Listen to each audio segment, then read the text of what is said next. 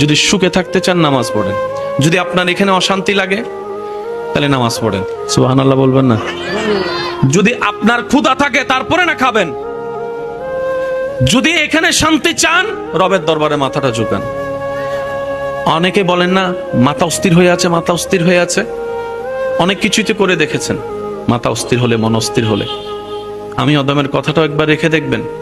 5টা মিনিট রবের দরবারে মাথাটা ঝুঁকাই, সিজদার মধ্যে মাথাটা ঝুঁকাই দেখেন। 5টা মিনিট আপনি শুধু কোনো কাজ ছাড়া, কোনো কারণ ছাড়া, কোনো কিছু করা ছাড়া শুধু রবের দরবারে মাথাটা আপনি ঝুঁকান, সিজদার মতো করে 5টা মিনিট ঝুঁকান।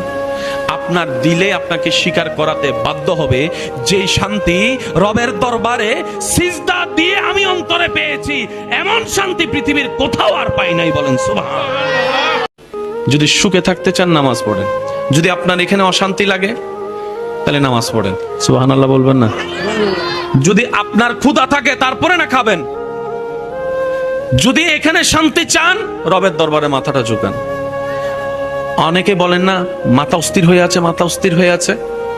অনেক কিছুই তো করে দেখেছেন, মাথা অস্থির হলে, মন অস্থির হলে।